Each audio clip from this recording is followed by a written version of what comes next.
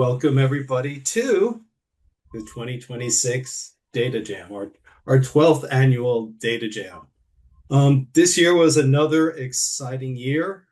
We have lots of teams, some really interesting topics. You'll see the posters, some team presentations as we go through the sessions.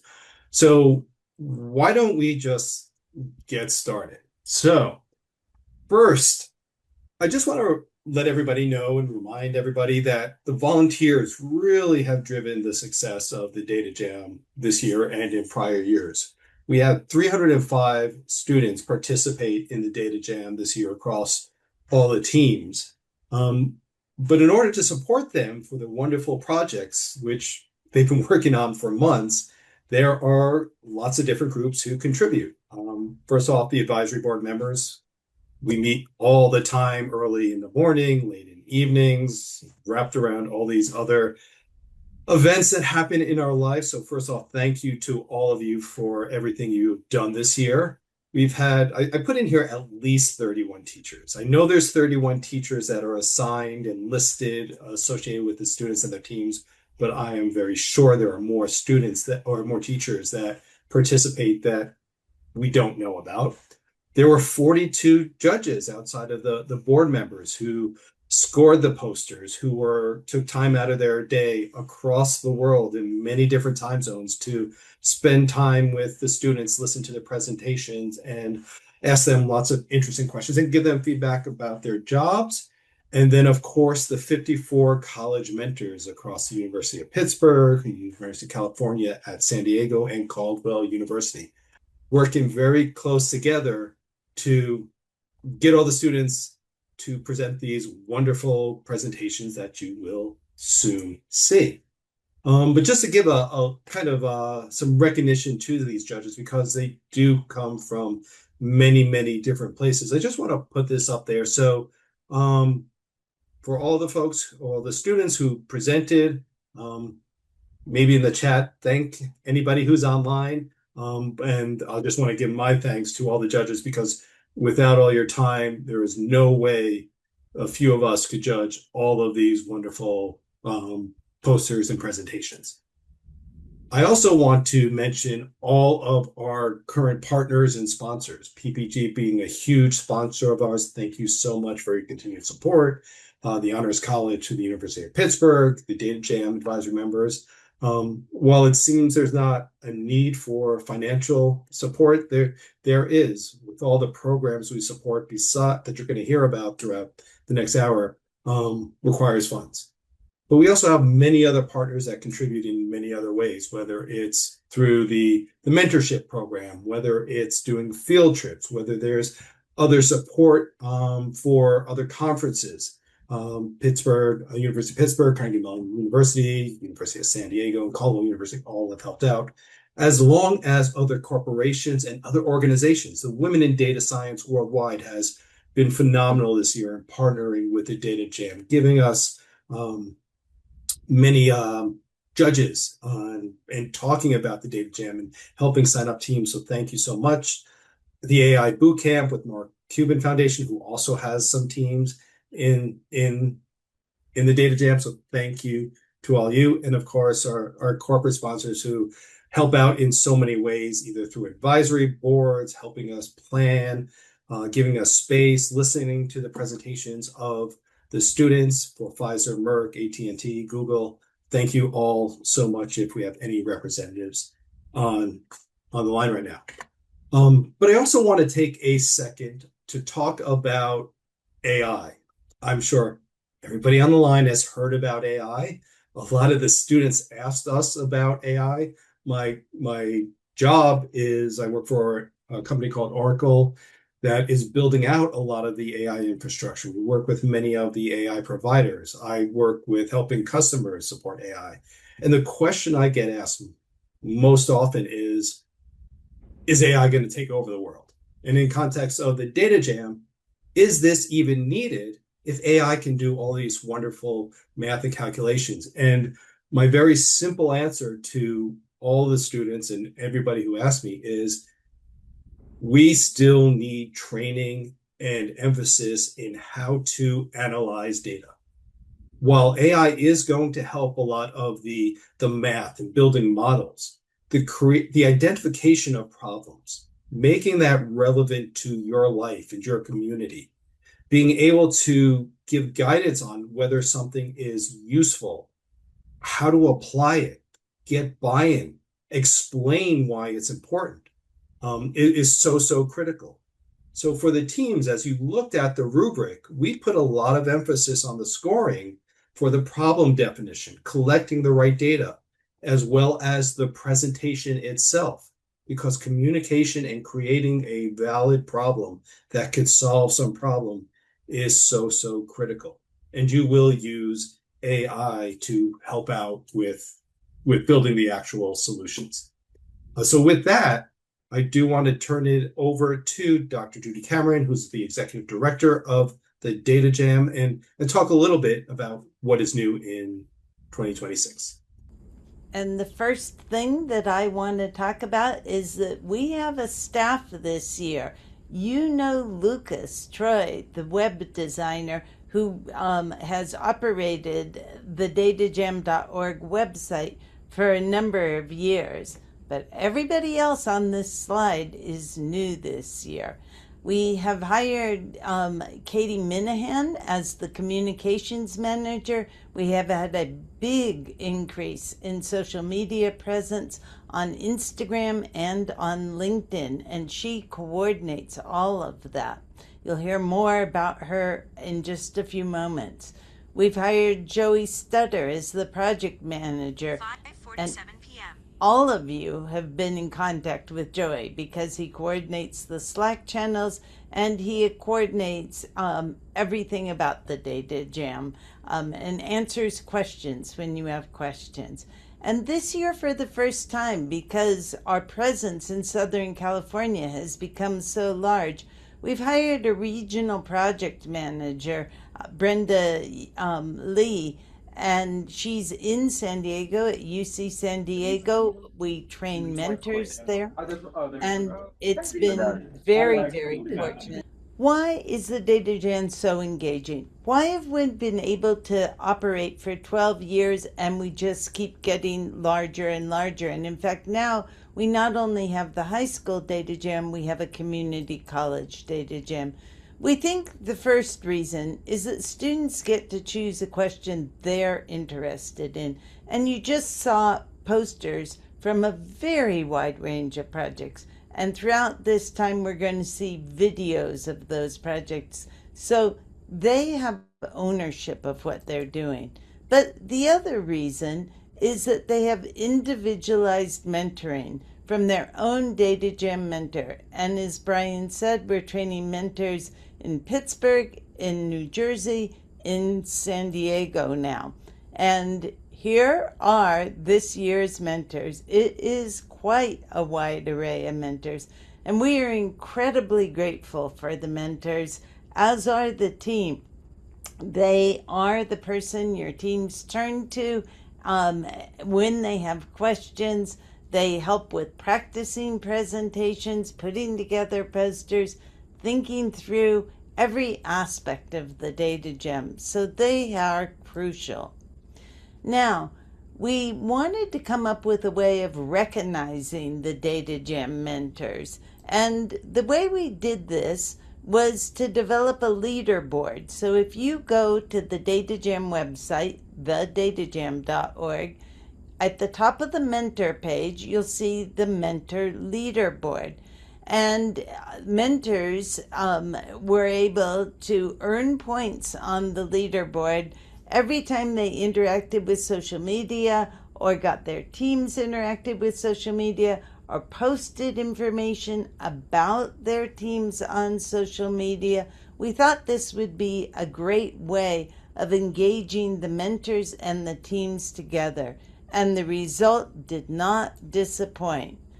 The winners of the DataJam leaderboard for mentors are Kranjula Sharma, who mentored Bisbee High School with a huge 980 points. She's at Caldwell University. Shanya Pudal, who mentors Nutley and Passaic High Schools with 360 points. She's also at Caldwell. And Samiksha Sigdal, who mentors not a high school team, but a community college team in Ohio. She had 220 points, and she is also at Caldwell. So a huge shout out to Caldwell, who's been producing mentors that are super engaged. Hi there, I'm Katie. I'm the communications manager for the DataJam. This is my first year working with the DataJam, and I'm really excited to introduce new ways to expand our online presence and help connect students to more professionals at the DataJam. Congratulations to our top mentors shown here on the leaderboard. Your participation has been extremely impactful in the DataJam's online growth. Thank you again, and I look forward to continuing these initiatives in the future semesters. And so that is Katie. What I'm going to share now is I'm going to share a video that we've put together. We're DataJam Team 4 from Avonworth High School. We have been investigating the correlation between toxin emissions and adult rates of all forms of cancer across Allegheny County by zip code. So we hypothesized that there would be a strong positive correlation between toxin emissions and all forms of cancer, based on the assumption that toxins will be prevalent carcinogens or cancer-causing substances. However, we determined that there is no clear correlation between cancer rates and toxin emissions, as our data visualizations showed a weak, nonlinear, random scatter of points, especially when considering confounding variables such as income levels across zip codes.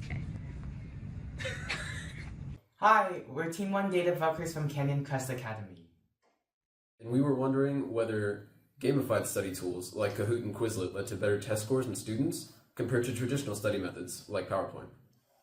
So from our analysis, we found that students who went under traditional and gamified instruction had similar test scores. So who cares? Students, teachers, and educational organizations can make more informed decisions about whether they should pay and use these gamified learning tools. Mental health strongly influences behaviors like addiction, violence, and neglect, especially in adolescence. This project explored how mental health relates to risky behaviors such as drug use and suicidal thoughts. The data suggests that teens experiencing poor mental health are more likely to engage in these harmful behaviors. While the sample size was limited, the overall trend shows a clear connection between mental health struggles and increased risk-taking. Understanding this relationship is important so we can better support young people and reduce dangerous outcomes through awareness, prevention, and access to resources. You're tired of retail trading and you have a strategy in mind, but you don't know how to automate it. When retail trading, you're dealing with emotion, inconsistency, and reacting to the market from a level 1 price action instead of anticipating it. So we built something different.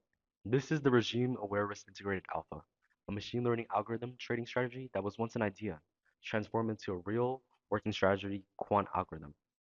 We use data from SPY's opening, high, closing, and low, the volatility index, and the treasury yields to engineer features that capture trend, momentum, volatility, risks, and macro conditions, all while ensuring that at any point in time, only past information is used, making sure the system is realistic and forward-looking.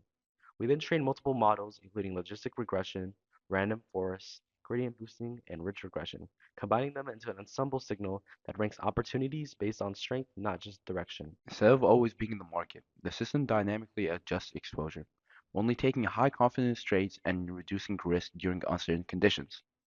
In an out-of-sample testing, the strategy had an initial capital of $100,000 and returned about $128,000, compared to $115,000 for SPY in the period from January 2025 to March 2026, delivering nearly 2 times the return, cutting drawdowns in half, and achieving significantly risk-adjusted performance with a Sharpe ratio around 1.38 versus SPY's buy and hold 0.49.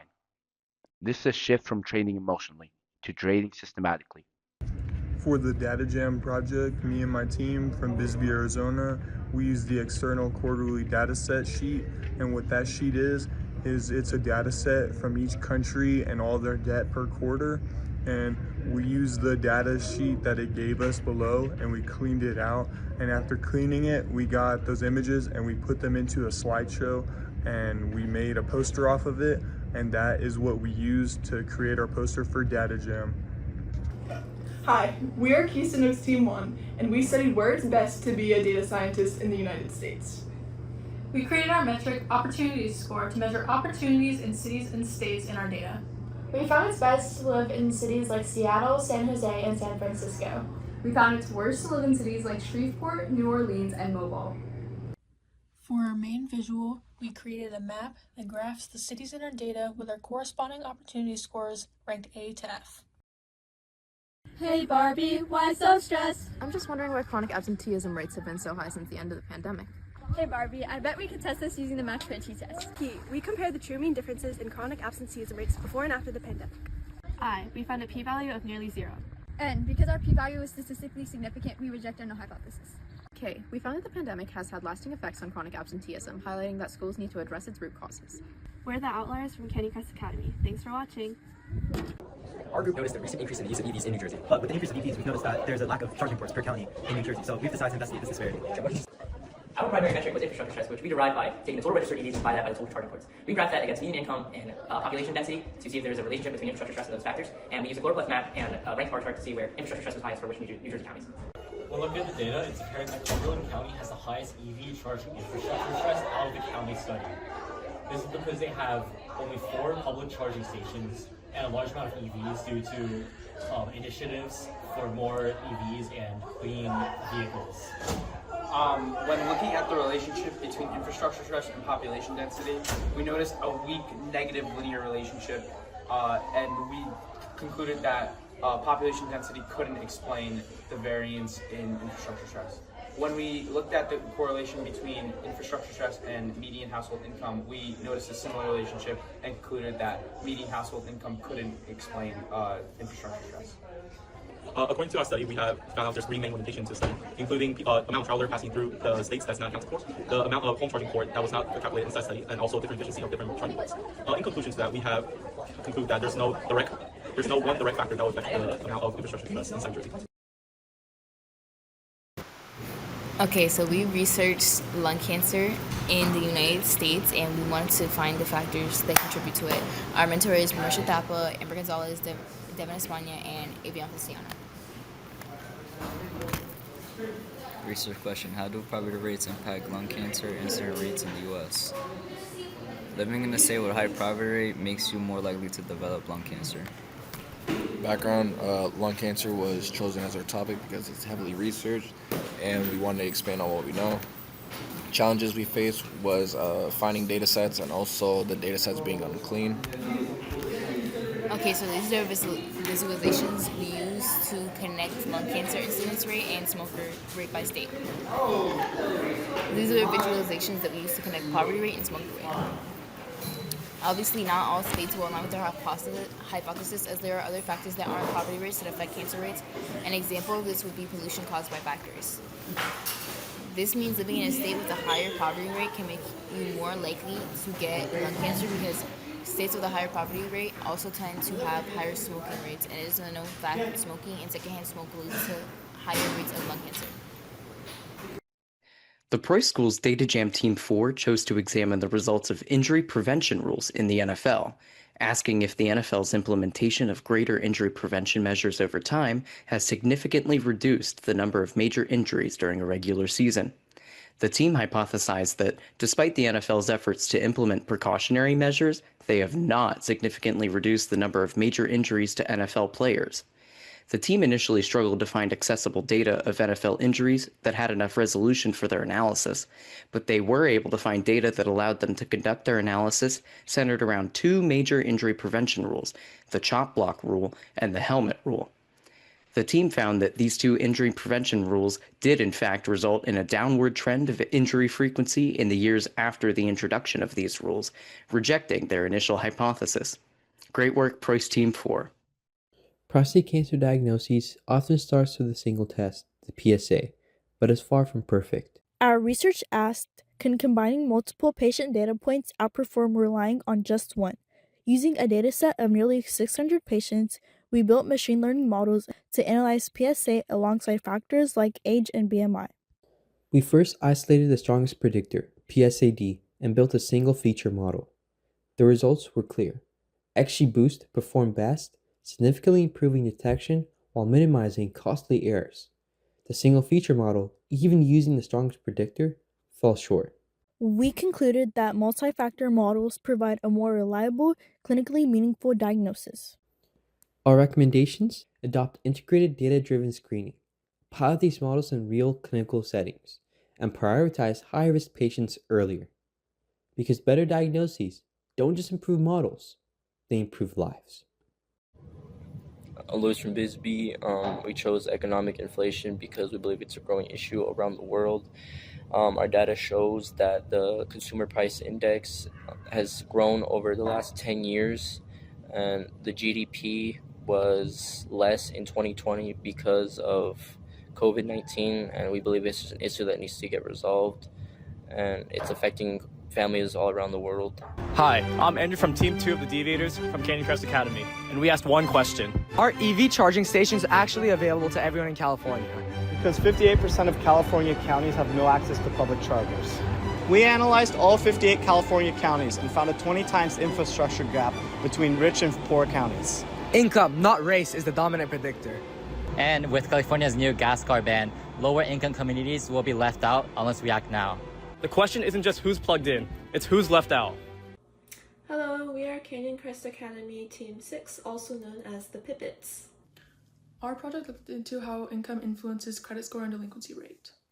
We found that there was a statistically significant relationship between the mean income of a region and the credit score, but that there was no such relationship between mean income and delinquency. Overall, these findings highlight the importance of educating people about how credit scores work, as well as how to raise your credit score. Thank you for watching. That was incredible.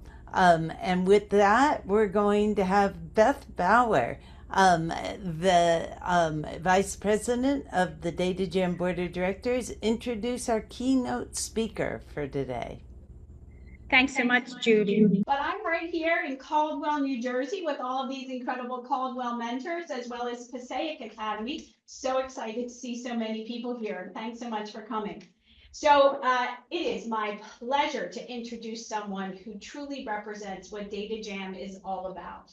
Curiosity, growth, and impact, all through leveraging data. Jackson Pelosa didn't just show up here tonight to talk to us. He has grown up through and helped build the DataJam.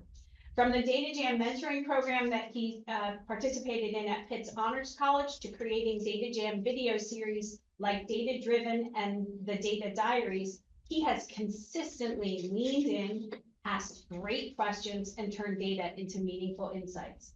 And he hasn't stopped. Today, Jackson works at PricewaterhouseCoopers, and he is applying those same skills in the real world, working at the intersection of data, business, and decision-making. What stands out most is how he thinks. He goes deeper. He connects data to people and actions, and he understands that great analysis only matters if it drives better decisions. We are also so grateful that Jackson is still volunteering with us, creating the data dialogues. Jackson epitomizes exactly what we hope every DataJam participant becomes. Please join me in giving a warm welcome to Jackson Pelosa. Thank you so much, Beth. And it's so great to see so many familiar faces on the call tonight. I'm so excited to be here with you all at the DataJam finale. I'm going to pull up some slides here and then we'll get right into it. Awesome. Can everybody see my screen? Yes. Awesome. So tonight, my name is Jackson Pelosa. I'm going to be talking about the DataJam journey, both the journey that I took through the DataJam, the value that I see of the DataJam as a program, having participated as a mentor, as a participant, and now as a volunteer. And I'm going to be talking a little bit about data, storytelling, and how all of this fits together, as Brian alluded to at the very beginning, in the age of AI. What is the role of data in the world today? How do I see it in my everyday life and in my job? So because this is the DataJam, I wanted to start off by introducing myself through some data visualizations. And we just saw some great data visualizations on the posters and throughout the videos tonight. On the left, we have a graph of my age over time. As you might be able to see, it's increasing at a constant rate, about 1 year every year, which checks out. If I saw anything else on this graph, I might be alarmed. Maybe if it was Benjamin Button, it would be going in the other direction. On the right, we have my hobbies as a radar chart. So this is what I'm doing when I'm not analyzing data and creating data visualizations. And these are some of my favorite and least favorite sports, broken down by both my enjoyment of them and my aptitude. So the blue represents my level of enjoyment for soccer. We can see it's super high. I'm a huge fan of soccer. For running, my enjoyment's pretty low, but my aptitude's high. I'm pretty good at running, but I don't enjoy just running for the sake of running. On the other hand, basketball, I think it's super fun, but I'm not that tall, so I'm not able to get those rebounds, and it doesn't quite line up. So these are just two visualizations of one not super helpful, one maybe a little bit interesting about some of the things that I do when I'm not working with data on my day-to-day. This is another visualization. This is a Gantt chart of my involvement through the DataJam throughout all of my DataJam experiences. So as you can see, I went to Pitt and I was a statistics and English writing double major. So I've always been interested in how data works and how we can solve problems in a very analytical way, but also how we can apply these concepts to solve problems, tell stories, and actually communicate the results, as all of you have done tonight. And at first, this pairing to a lot of people doesn't make a ton of sense. It's like math and English. How do those two things connect? Throughout my career and my experience with DataJam, I've seen that there's actually so much overlap between the work that we do and the way that we're able to communicate it with wider audiences, and how we are able to create impact as a result of all of this analysis. We also have some of my involvement with the DataJam. So I got involved as a sophomore at Pitt with the DataJam. I was a mentor for 3 years. Throughout my time there, I took Dr. Cameron's honors using big data for community good course, where I learned how to be a DataJam mentor and got involved with the DataJam. And it was one of my favorite activities that I've ever been involved with, getting to see the analysis that all of you guys come up with, the projects that you're able to create, the research questions, the things that you're interested in, and then seeing everyone come together to look at these problems has been such a joy to experience throughout my time with the DataJam. I also participated in the Community Research Fellowship, or the CRF, one of my summers during my time in college. And this was a research fellowship where I received funding to work with the DataJam and create educational content about data, statistics, math, all that good stuff. So now I'm currently working just as a volunteer because I couldn't get enough of the DataJam. And I actually still am creating videos. You might have seen my series, The Data Dialogues, where I talk to teachers, DataJam participants, professionals about their experience, their journeys through the DataJam, and how they are using it in their everyday lives. For my career right now, as Beth mentioned, I'm working as at PricewaterhouseCoopers, or PwC. My current title is an AI engineer. I started out as a data scientist. And what I do is every day we look at data for really large corporations who have a lot of information and they're trying to extract value from it and create more optimized processes. So a lot of the work that we do now is taking AI to rebuild code bases. So every large system that you might see, whether it's an airline or a bank, there's all these code bases running in the background that power our day-to-day lives. And a lot of them are not in great shape. So being able to take tools to rebuild some of this code, make it more secure, prevent hackers from getting into it, a lot of that is the work that we're doing right now. So a little bit more about AI engineering, what this field looks like. It's definitely a newer role that's spun out. And the graphic on the right I really like because it represents the overlap of a lot of common career paths that you might hear get thrown around. Computer science, math and statistics, data science sometimes get used interchangeably, but a lot of these concepts kind of flow back to how we can use data to solve problems and to make things operate the way that we want them to operate. So the quote on the right is the technical definition. AI engineers are individuals who use tools like AI and machine learning to develop applications, systems that can help organizations, increase efficiency, cut costs, increase profits, and make better decisions. But really, it's just another tool in your toolbox to solve complex problems at really, really large scale. So thinking data sets with thousands or millions of rows of data that are getting passed to all these really large companies and figuring out how we can take that data to make better decisions. A lot of the stuff that I do right now is also centered around the evaluation of AI outputs. So if you've ever worked with ChatGPT and asked it a question and you get ask 10 questions, you get 9 great answers, and then one answer you're not so sure about. It seems like it's a little bit off. My job is to make sure that doesn't happen, so that we're evaluating all of our outputs and that we are not blindly trusting a system like ChatGPT to make all of our decisions. So this graph on the right, I would say I would add one more bubble, and it's in a circle around all of these 3 concepts. So computer science, math statistics, data science, all of these tools get accelerated by AI.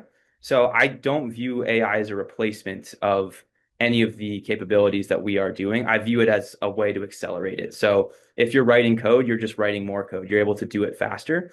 And all of these processes, anything that you're able to do, AI is just another tool to make it run a little bit more faster, but it doesn't substitute for the work itself.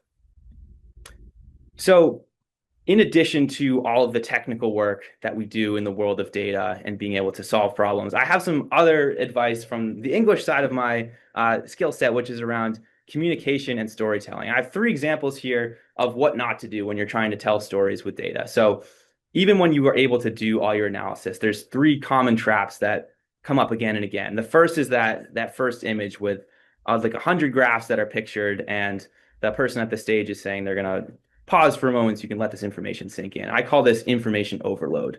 When you are presenting something with data and there's so much of it, there's so many visualizations, graphs, and a lot of the signal gets lost in the noise. So there's just too much going on. You did so much work, but at the end of it, you're not sure what actually to do next, which you have done the work, but there's not a clear conclusion from it.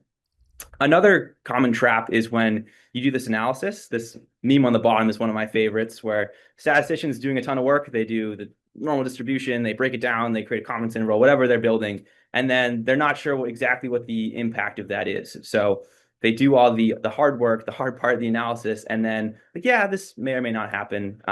There's a probability, and again, there's no action moving forward. Finally, the image on the right is what I would call an unethical use of communication and data with storytelling. So it's saying that 20,679 physicians say Lucky Strikes, which are a cigarette, are less irritating, or it's toasted. So in this case, they are telling a clear story, but a lot of it is manipulated or massaged from the data, which is saying something that probably isn't true. So less irritating than what? 20,679 physicians. How did they talk to all those people? And what is this actually saying? It's basically trying to tell us that cigarettes are really good for you, which we know from all sorts of other more rigorous data storytelling, this is not the case. So in all the ways that we're working with data and the way that I do it in my daily life throughout the DataJam, I think all of these skills to take the information, take the tools, take the analysis, and then tell these stories, but tell them in a way that is coherent, that is clear, that is practical and actionable, and also ethical, I think are some of the most important things that I see in the world of data and in the world of the DataJam.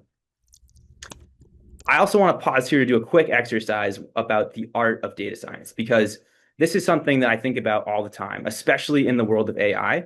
When we have a tool that can solve a lot of problems, what do you do when you apply it to the data science world? And I want to start with asking everyone here a question, which is, who do you think was the happiest person to ever live? Feel free to put it in the chat if you have some thoughts about this. But this is one of those questions where it's not exactly a clear right or wrong answer. And as a data scientist, you have to start breaking it down into various steps to figure out how to try and approach it. So I actually started by asking ChatGPT this question, and it caveated it, to be fair, and it said, I'm not really sure, but I think based on some of the evidence, it's Matteo Ricard. And I looked this guy up, and he's a French Buddhist monk who they did some studies on at the University of Wisconsin. They scanned his brain, and they took away from it that he had very high elevated levels of dopamine, that he was able to maintain his composure under stress. And so ChatGPT looked at that research. Yeah, this guy seems probably to be one of the happiest people to ever live. And when I'm thinking about that answer, I like to take a step back and think, like, how would I approach this question? How would we approach this question in the DataJam if this was one of our projects? And to start, we have to break the question down. And the first part is, what does it mean to be happy? Is it having the longest lifespan? Is it the longest health span? And how would you exactly define healthy?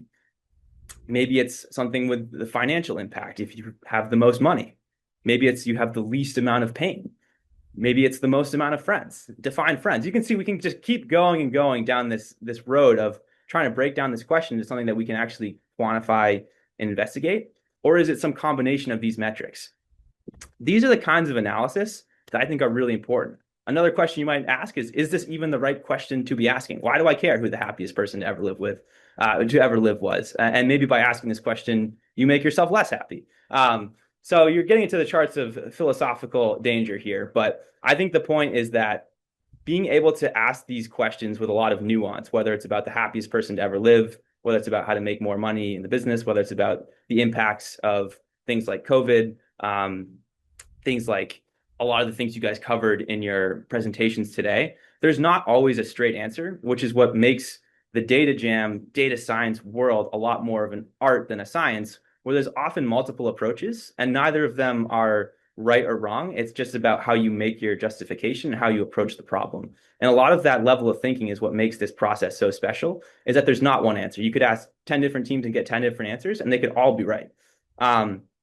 Other things you might want to consider with this kind of problem is, are there people missing from the data set? If you surveyed people, ask them how happy they are, would self-reported happiness even be accurate?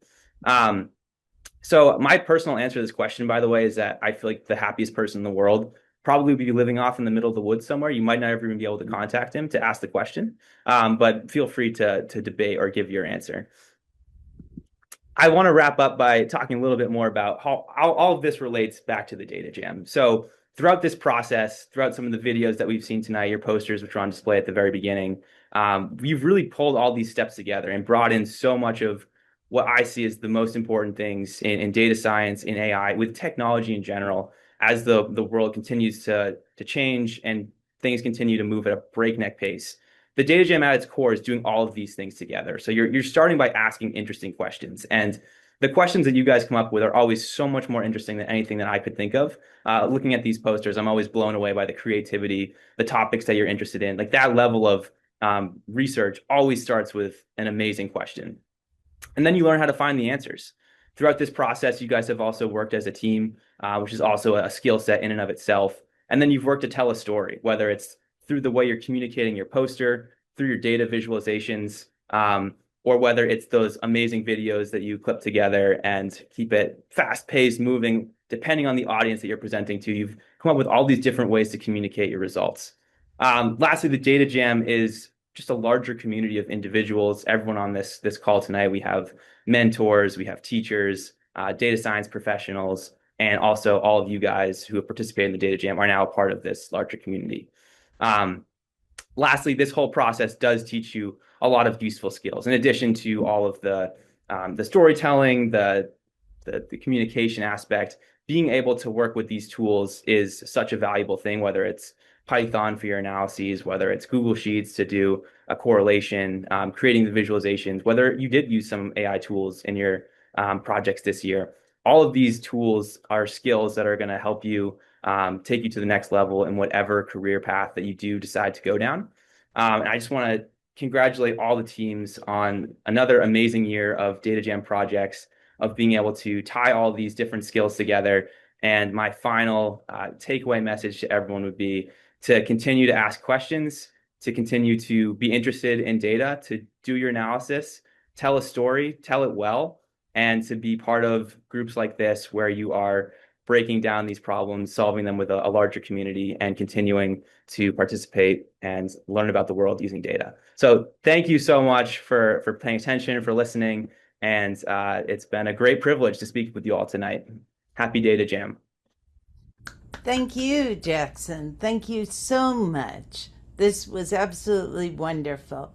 We're actually going to move on and have another talk now. And I'm going to introduce Su Young Liao, who will introduce the next speaker, who is Brenda Lee, our project manager for the regional DataJam. Sue. Yeah. Thank you, Judy. You know what? Let's have a moment until Brenda shares the slide deck on the screen. Give me 1 second here. Can you guys hear me okay, by the way? Yes. Okay, and can you see my slides okay as well? Yes. Awesome. We're ready to start then.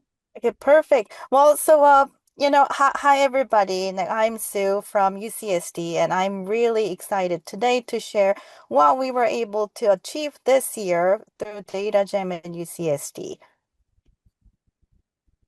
So our highest priority this year was to build lasting relationships with the schools, the high schools.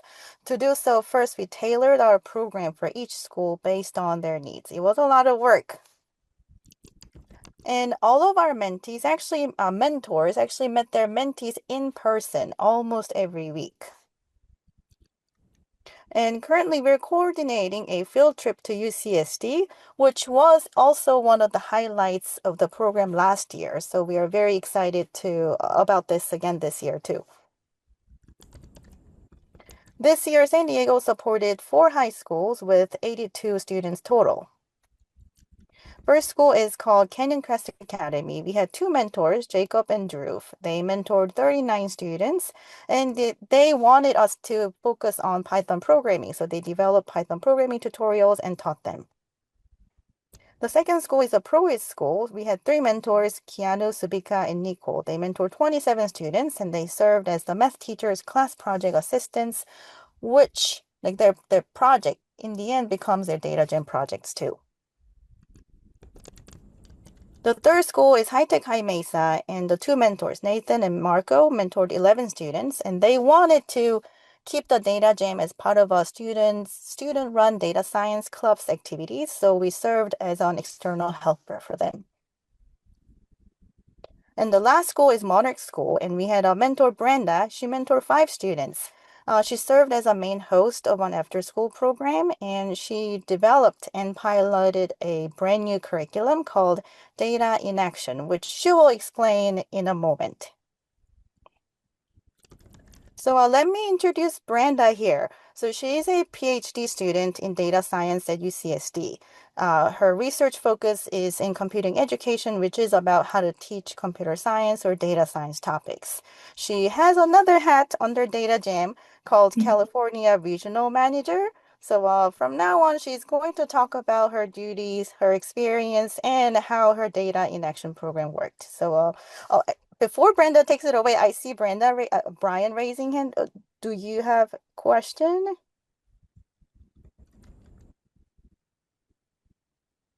No, I'm just moving my hands around. Sorry about that. Oh, okay. Okay, sounds good. Okay, that's perfect. Then Brenda, take it away, please. All right. Thank you so much, Sue, for introducing me. And like Sue briefly mentioned, as a regional manager, I support the mentors across all those 4 schools, coordinated with the school staff members and handle logistics to keep each team moving forward. At the same time, I was very fortunate to serve as a mentor at Monarch. So let me briefly share more about what it's like to be a mentor in DataJam. So my mentorship experience at Monarch was actually quite unique because we were the first school to pilot this Data in Action program alongside DataJam. Instead of using a publicly available dataset online, we actually partnered with a local coffee shop in our community, Provida Cafe. We have some pictures of us with the coffee shop owners and their social media posts. So this is actually really good because students actually get the chance to talk directly with the business owner, understand the real business questions that the business owners had. And then they were able to use the 2025 sales data to analyze those questions and then make business recommendations. So our motivation was that students will be more engaged working with real world data and the real client. We see this program as a doorway, a way to help our students explore what their future could look like. So we want them to see how powerful data science is, to see how data science can open doors for them, whether that means going to college or just exploring different careers that they haven't ever considered before, or simply just using data analytics skills to give back to their communities. And as part of this effort, we're building partnership with different local businesses to create potential job and internship opportunities for students after they graduate from high school. We're also bringing a bunch of college students majoring in computer science, data science, to share their experience as a college student, so our students at Monarch can start building connections and see what it's like to pursue a college degree or work as a data scientist. In addition, we invited industry professionals not only to help us build trust between schools and business partners, but also to share their entrepreneurial perspectives and how they use data analytics skills to grow in their businesses and make better decisions. Therefore, we reached out to an adjunct faculty member in our department, Bijan, who has extensive industry experience in both engineering and sales. Now, let's invite him to share his vision for Data in Action program. Thank you very much, Brenda. I appreciate the introduction. My name is Bijan Arbab. It's a pleasure to be here, and I hope you can hear me fine. Am I coming through okay? Yes. Yes. Thank you. And I spent 20 years at Intel collecting data, telemetry, and building an analytics team to make business-driven, actionable insights drive from that. I retired last year from Intel and joined as an industry fellow at UCSD. Sue invited me to listen to last year's 3 winners team, and I was just amazed at what these students had done. Some studies in pharmaceuticals, some studies in real estate. It just blew me away. And then afterwards, after their presentation was done, we spent some time talking. And the students asked me an interesting question. They're like, we love this DataJam program. We learned a lot of techniques. Now what? And that's when a light bulb moment went off. And I started talking with Sue and said, Sue, why don't we turn that process inside out and start with that question at the beginning? Can we go find local businesses that have a lot of questions that we could get their data and gain their trust to kind of, Brenda, if you go to the next slide, gain their trust and understand what questions and problems they have. And Sue's like, sounds good to me. Her favorite phrase. Let's try it.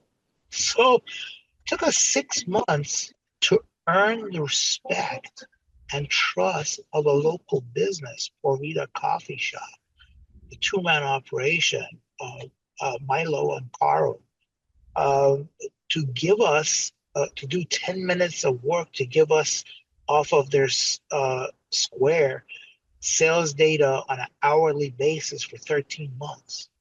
And then ask us questions that they care about, like, is my social media effective? When should I hold specials? Is it on a Terrific Tuesday or a Wonderful Wednesday? In other words, the same questions that a CEO at Starbucks would have, except that a CEO at Starbucks has many consultants and a whole team answering that, whereas for Vita Cafe, they don't have time to ask those questions. As a result,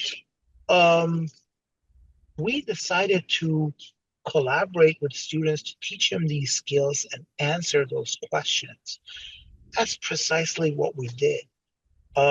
It was surprising and challenging, many challenges.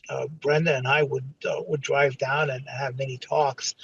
What do we do next, and so on and so forth. But it's now proven successful, and we're going to scale this. And we would love to see DataJam in particular scale it across their operation as well. I'll turn it to Sue, and we're happy to answer any questions of how you might go about doing the same. All right. Yeah, thank you so much, Bijan, for sharing this. And then lastly, I want to zoom into what exactly Monarch has been doing in the past 4 months. So over the past 4 months, we've been exploring different ways to teach data analysis. We started with Excel for some preliminary analysis, but then our students were more excited to learn programming, so we started teaching them Python. We'll help them set it up and introduced some basic programming concepts. But since most of our students had no prior coding experience, we observed that they often struggle more with the coding syntax than with understanding or interpreting the results. Given our limited time with our students each week, we decided to introduce Gen AI tools such as Cloud to support their learning. And this actually turned out to be very beneficial. Gen AI tools allowed them to continue working on their analysis even when we were not available. At the same time, it encourages their curiosities, and students, you can just see them asking more and more follow-up questions. And you could also see them becoming more and more confident in their work. We also recognize that different students actually benefit from one of those different approaches. Therefore, moving forward, for next cohort, we plan to adopt a hybrid model that combines Python programming and prompt engineering, with our goal to help them develop both technical skills and analytical thinking skills. We'll continue refining our curriculum for our future cohorts. And now I'm going to pass the mic back to Judy, and thank you so much for having us today.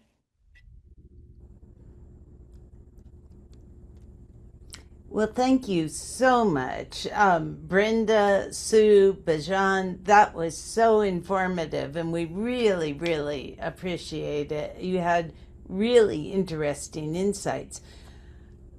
We are going to move back to our videos. We're running a little behind, and I just want to give people warning about that. We're going to see the videos. You want to pay attention to these videos because just like last year, we get to vote for a fan favorite award. And this was very popular last year. You will be able to vote for your fan favorite after we watch rest of the videos.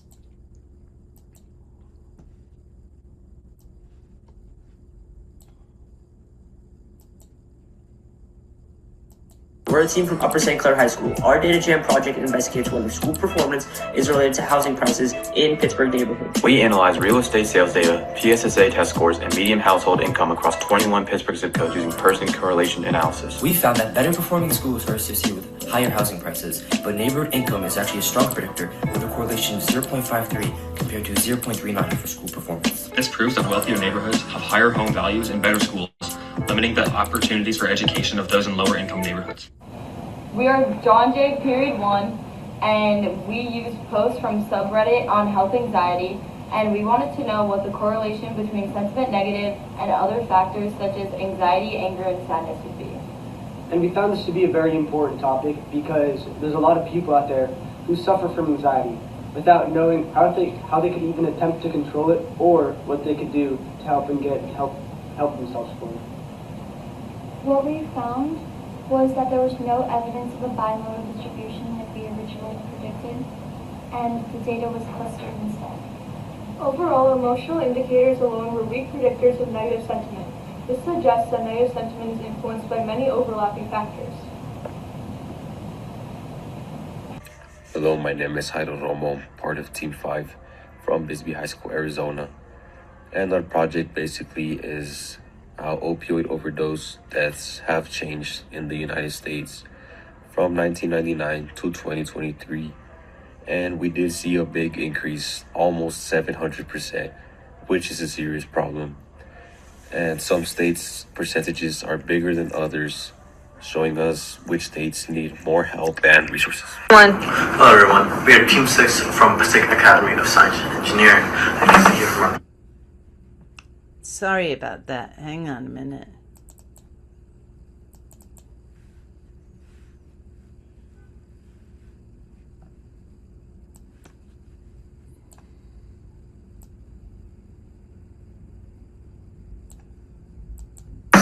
poster, immigrants in Canada. Now what we're trying to solve is what benefits or contribution immigrants provide to Canada. And you can see in our first poster is immigrant contribution before taxes in Canada from different types of immigrants, and you see down here the money they pay. And down here is removal of undocumented immigrants in Canada, and this being the total. Thank you very much.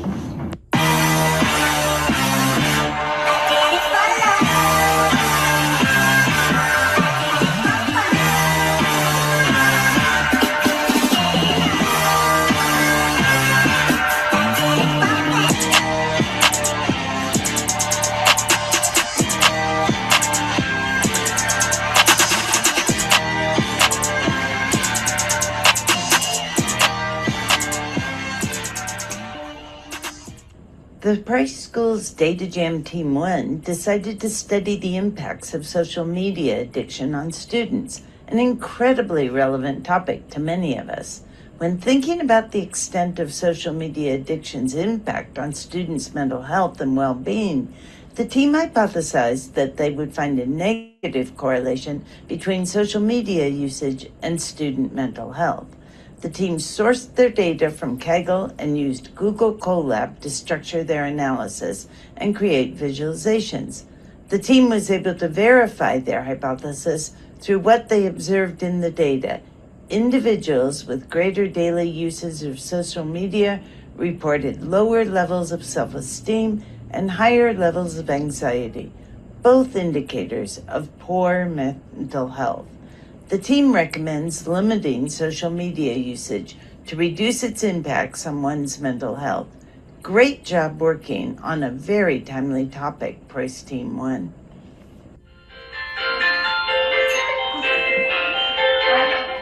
Wait, why did my memory disappear?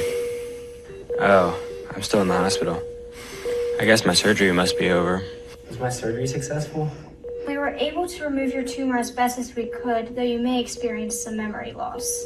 If it were possible to more accurately auto-segment your brain, just the tumor would have been excised. Unfortunately, that's not possible. Or is it? This is how our team is restructuring auto-segmentation. Voxels are a 3D pixel used in video game models. When applying a grayscale model to it, assigning it a brightness value, we can create digits between black and white. Our team used this process on MRI scans to create accurate recreations with segmented parts of the brain. We then put this info into a program that will compare these grayscale values and produce key metrics to make a statistical fingerprint for each structure in the brain. This allows the computer to find the tumor and create a 3D model of it. And now we can keep those precious memories intact. The Preuss School's DataJam team number 5 examined the impact of 2 major events on the American aviation industry, the 9/11 terrorist attack and the COVID-19 pandemic. The team hypothesized that of the two, the COVID-19 pandemic would have the greater impact on the aviation industry.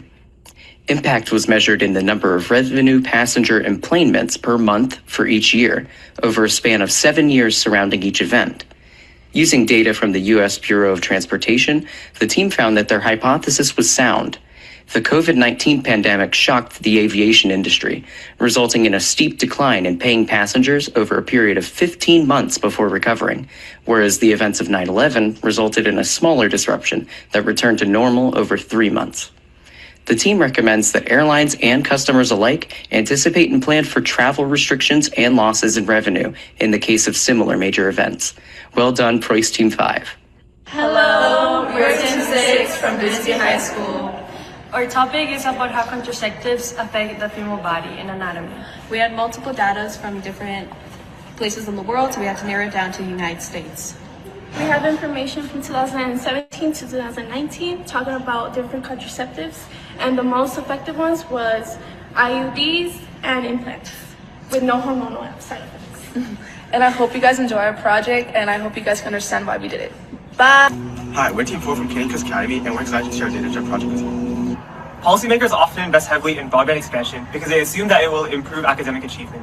We tested whether broadband access actually predicts achievement across U.S. counties, and we paired it with poverty and income. We found that broadband has little effect when socioeconomic factors are considered. In fact, poverty's effect is much larger, and machine learning models confirm that poverty and income predict results. Our results suggest that reducing educational inequality requires a focus on socioeconomic conditions, not just expanding infrastructure. Hi, we are DataJam Team 1 from Amworth High School, and we investigated which jobs in Pennsylvania are most at risk of augmentation by AI. AI augmentation describes the degree to which artificial intelligence can perform, assist with, or meaningfully change the core tasks of an occupation. We hypothesize that occupations in PA with lower median wages and lower educational attainment will have a higher risk of AI augmentation. However, we found that this was not the case. We created scatter plots that resulted in small R-squared values, showing very little to no correlation between these variables. This helped us to conclude that AI augmentation risk is not dependent on wage or educational attainment, but rather the individual tasks within an occupation. We're Maple Grove Team 1. Our question was, how does school start time affect students' academic performance in the United States? Our hypothesis is a later school start time will help students produce better grades as opposed to an earlier start time. The data we gathered showed no clear correlation between academics and school start times, but it can show an indirect correlation with school tardiness. Our research highlights the need for more research into school start times. There you go. Alright, so our project goes over the gun violence across the U.S.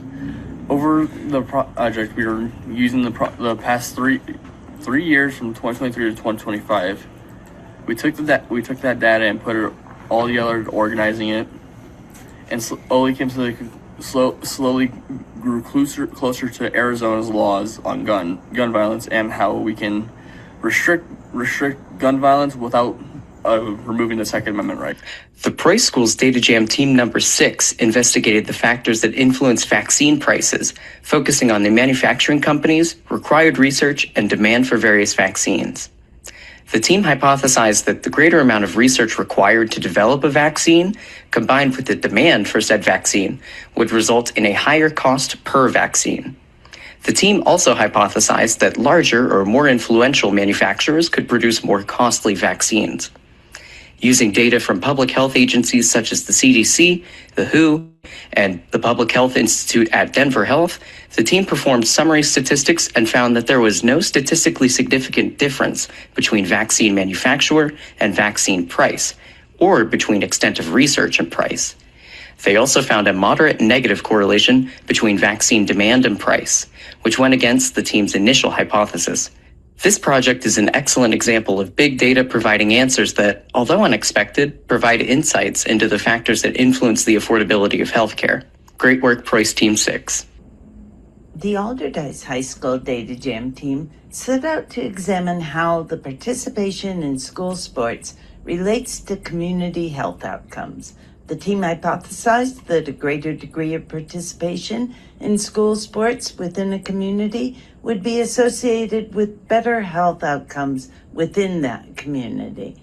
The team sought to test their hypothesis using data from the Pennsylvania Department of Education, the Pennsylvania County Health Profiles, and the National Institute on Minority Health and Health Disparities. After performing correlation analyses on variables such as sports participation, occurrence of disease such as asthma, diabetes, and obesity, and heart disease, the team found that there was not enough evidence to support their initial hypothesis and recommended that further research focus on other indicators of community health outcomes. Way to stick to the data, even if it goes against your expectations. Well done, Alderdice. Hi, my name is Myra. My name is Tingyi. My name is Vihon. And we are here from the Petty School. We're here to talk about how the data centers in New Jersey affect the residential electricity rates and some ways we brainstormed to reduce that pressure. The idea of data centers inspired us because of a new data center which opened up 2 miles from our school. The problem is, how should New Jersey mitigate pressures on residential electricity prices from data center growth without stifling commercial interest or harming the environment? Our hypothesis is that we could reduce the electricity prices for residents by building more clean power generators. Our first insight is that New Jersey's prices are being affected by data center growth across PJM's network, which drives up the electricity demand. Our second insight was, although data center demand can drive electricity prices, low commercial electricity rates attract data centers. Our third insight is that we cannot just add more power plants to the system because the grid is holding us back. In conclusion, New Jersey's best approach is to encourage PJM to require data centers to build green power generators on site. Thank you so much for your time. Okay, and we're going to have the third group, so pay close attention because fan favorite voting will start right after this. I'm from North Allegheny Intermediate High School, Team 1, and we were analyzing the correlation between economic status and mental health. By plotting mental health as suicide rate and economic status as median household income, we obtained data from NIH and Census.gov for each PA county, obtaining a negative correlation, which was in line with our hypothesis. This means that counties with more wealthy people would have a lower suicide rate and thus better mental health. Let's see what's on the news today. Hi, we're CCA Team 10. just like two Terminators. We investigated the relationship between median household income and ICE arrest rates across the U.S. states. We hypothesized a negative relationship, where differences in income correspond to differences in enforcement intensity. After experimenting with various regression models, our quadratic model best fit the data, with income explaining 69% of the variation in arrest rates. We confirmed this using a permutation test, producing a p-value less than 0.001, indicating the relationship is extremely unlikely to occur by random chance. This shows enforcement is not random, but systematically associated with socioeconomic conditions, highlighting the need for more informed and equitable policy decisions. What a cool news story. The intersectionality of risk. In LA, 1 in 6 people have asthma and it's not getting better. We blame pollution, traffic, smog, and dirty air. But our data tells a different story. We analyzed over 2,000 neighborhoods across LA County and found that poverty and education are stronger predictors of asthma than pollution. In fact, they explain 52% of asthma variation, nearly double the 29% from environmental factors. Instead of one-size-fits-all solutions, we can target the communities most at risk. Hello, we are Team 7 of the Sake Academy of Science and Engineering. Today we are going to present what is the correlation between ethnicity and deportation. I am Lonzo Orlando. I'm Ryan Aquino Seda. And I'm Jaden Black. We noticed that Mexicans are a good majority that get arrested by ICE. Even though the law doesn't target a specific group of people, discrimination by people would cause a disproportion in the graphs.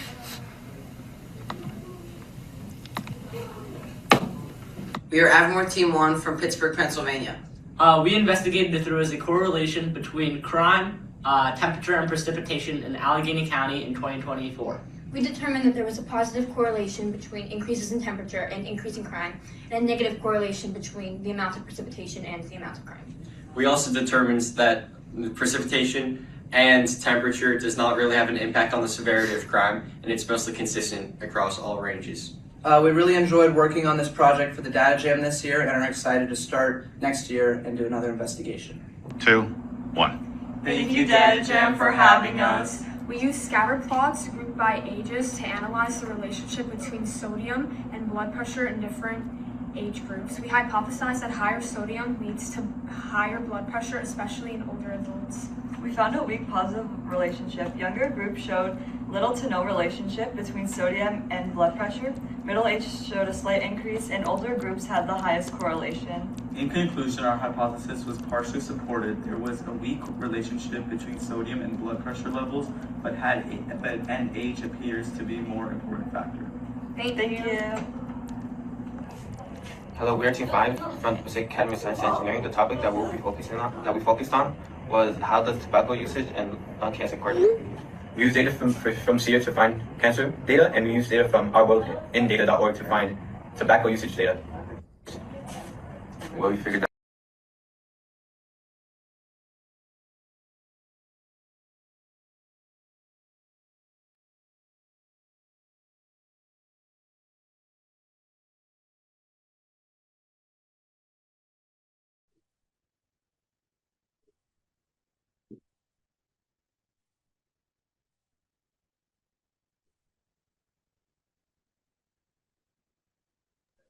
Judy, when you go on mute, we can't hear it. Scores would earn higher hourly wages on average.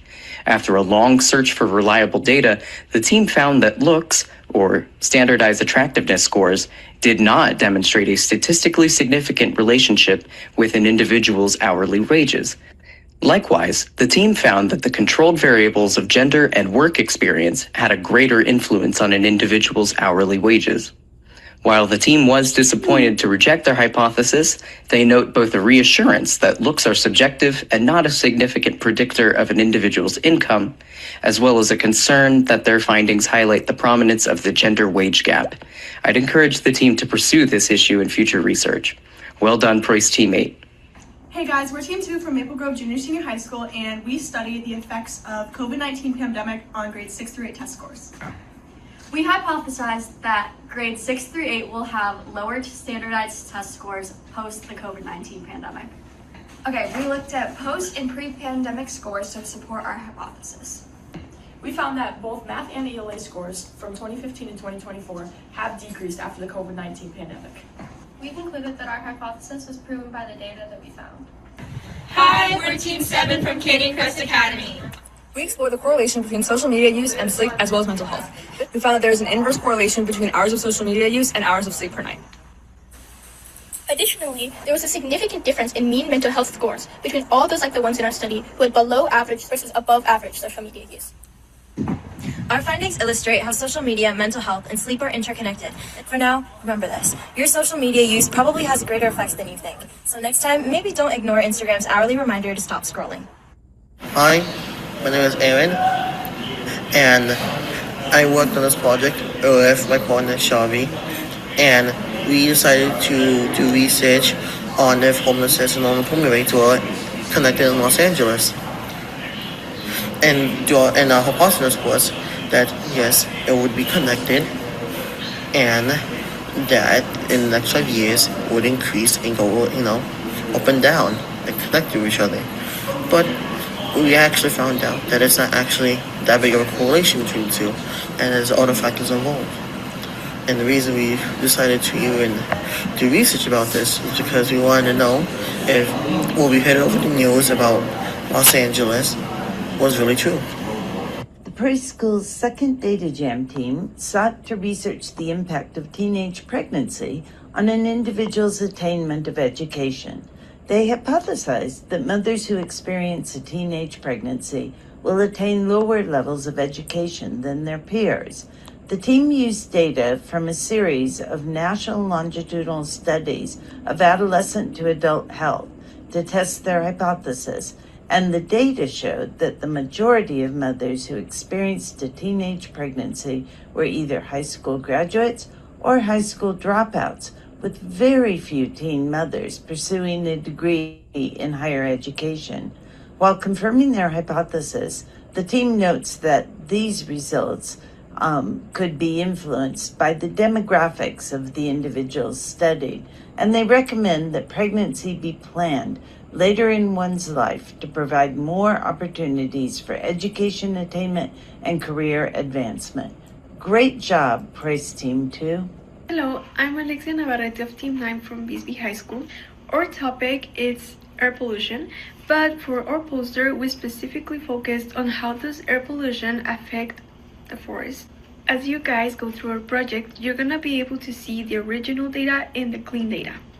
And you're also gonna be able to see the graphs that we made. What we really want to show you guys is our poster, introduction, methods, results, conclusion.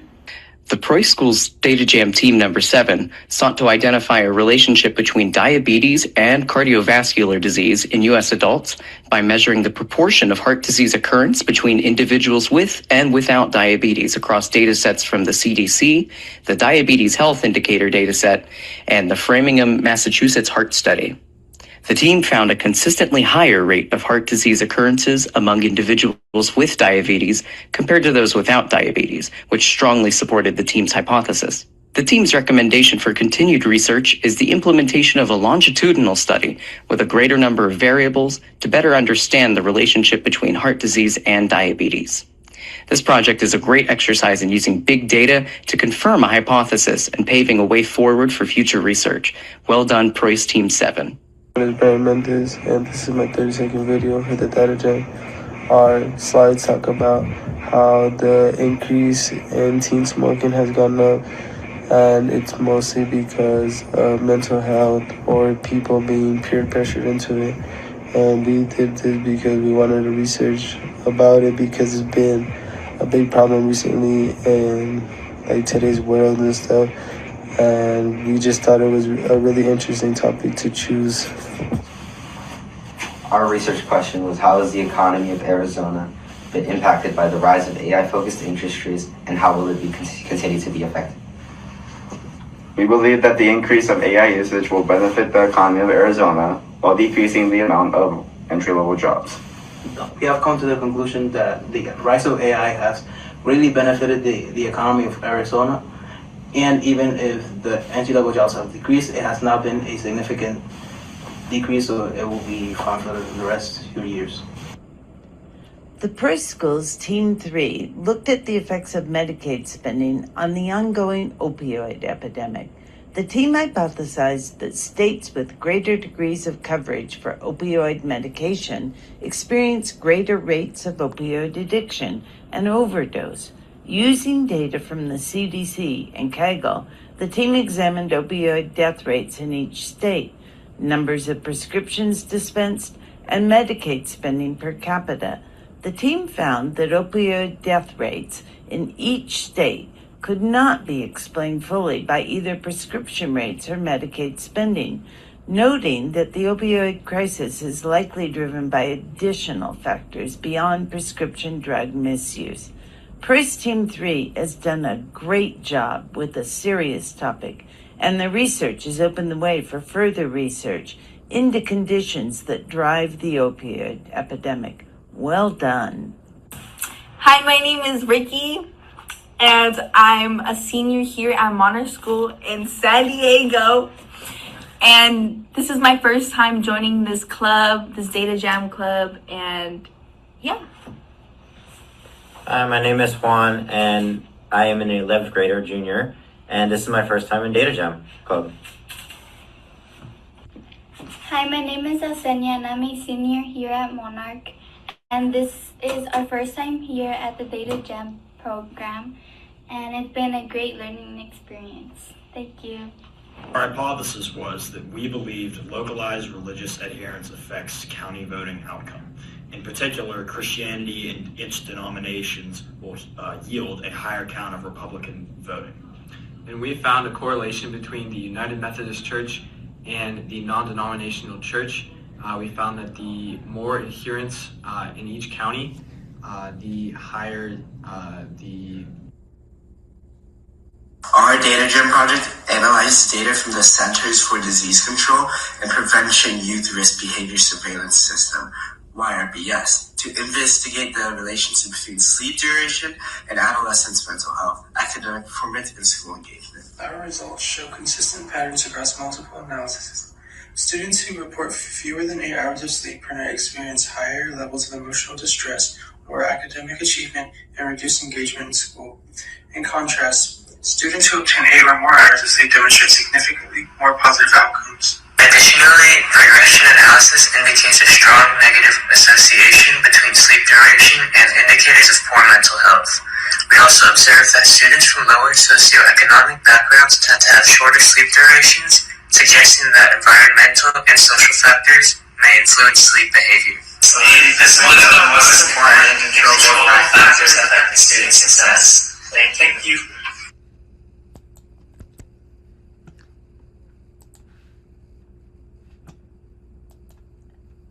And with that, you have seen all the team's projects. In the chat, you're going to get a link to vote for the Fan Favorite Award. Please vote now. You have 5 minutes. And while you're voting, we're going to have a brief talk from mentors at Caldwell University. Dr. Ferraro, would you like to introduce them? We have Shania. You did which team, Shania? Passaic? Yes, Passaic and Nunty. Did Passaic? So if you guys want to come up here. All right. Well, hey everyone.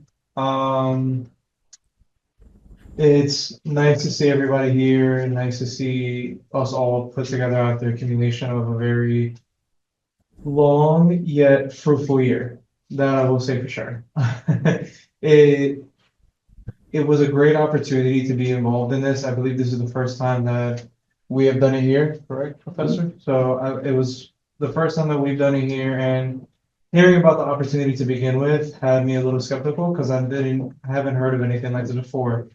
Nevertheless, analytics and data it's a topic that's booming recently, which is why it piqued my interest to begin with. So I decided to give it a shot.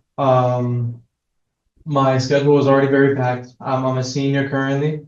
I'm an undergraduate student athlete senior trying to finish out and trying to get my degree. So my schedule is already packed and ready to go.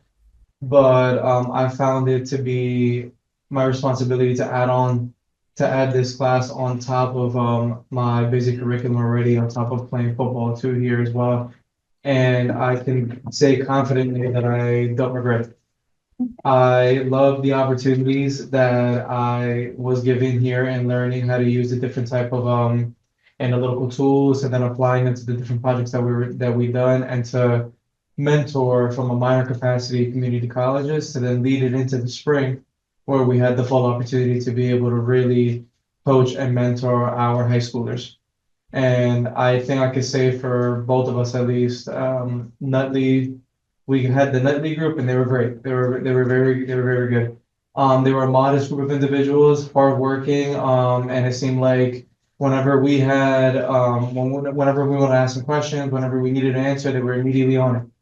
So we had no question to them. They got their work done. They showed out, and every single step of the process that they've had was great, and I'm very glad to be able to mentor them.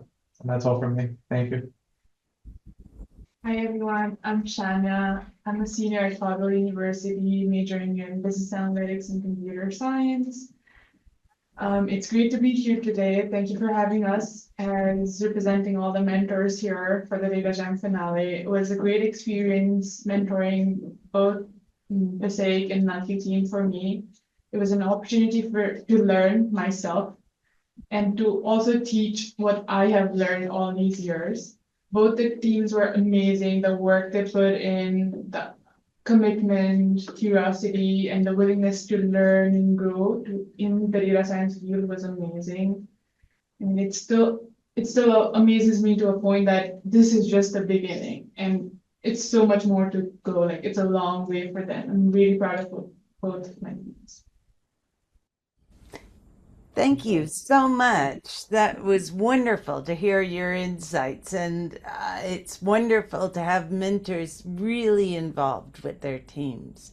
Thank you. I'm going to turn it over to Brian, who's going to start the award ceremony, and during that ceremony, he'll announce the Fan Favorite Award. So if you haven't voted yet, you have a minute or so more. Vote now. Thank you again, everybody, for all your great projects.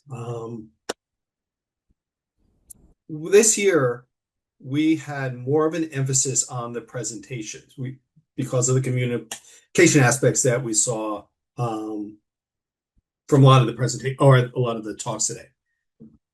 What was really interesting was a lot of teams and some of the award winners greatly improved their position compared to the pure poster scoring to the presentations. And the reason we did it this way is we really wanted to understand how well you guys communicate the work that you did and make sure that we fully understood as judges what you did know and that came across in your project. So congratulations to everyone.